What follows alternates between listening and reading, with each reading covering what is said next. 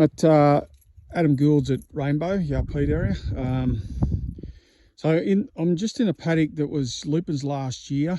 It's been deep ripped before sowing, and you can see the probe has gone in and the effect of the crop in those ripped areas. It's quite sporadic, the crop itself in these areas, even though it's been ripped, but you can see the plants that have responded to the ripping. So what's the difference between those plants and these plants here?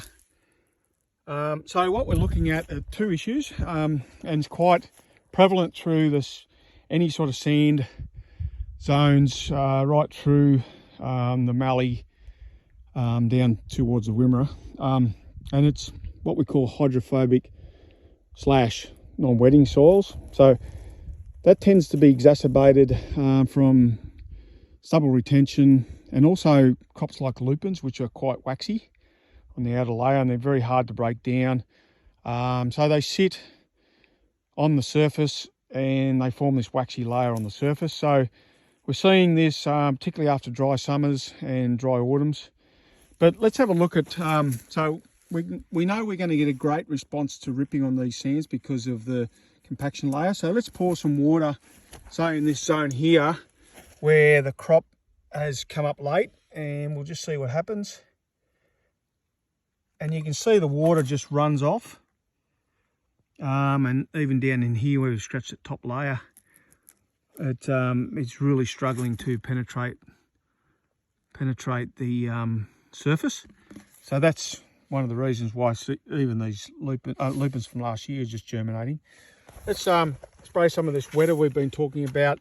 Now this is from a guy by the name of Shane Phillips. He works for Nutrien. He's a soil scientist, and he's put together this package, a litre per hectare, $5 per litre roughly, 20 litres of water. So in furrow, an in-furrow system that you can pretty easily set up. So I'm going to spray some wetter right next to the that non-treated area, and then I'll pour some water onto this, and let's just see what happens to, so this would be rainfall.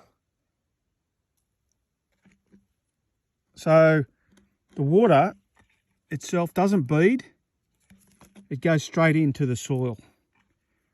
You can see it actually quite easily penetrates that soil surface, which would be ideal when we're sowing in this situation. So we could join up the effects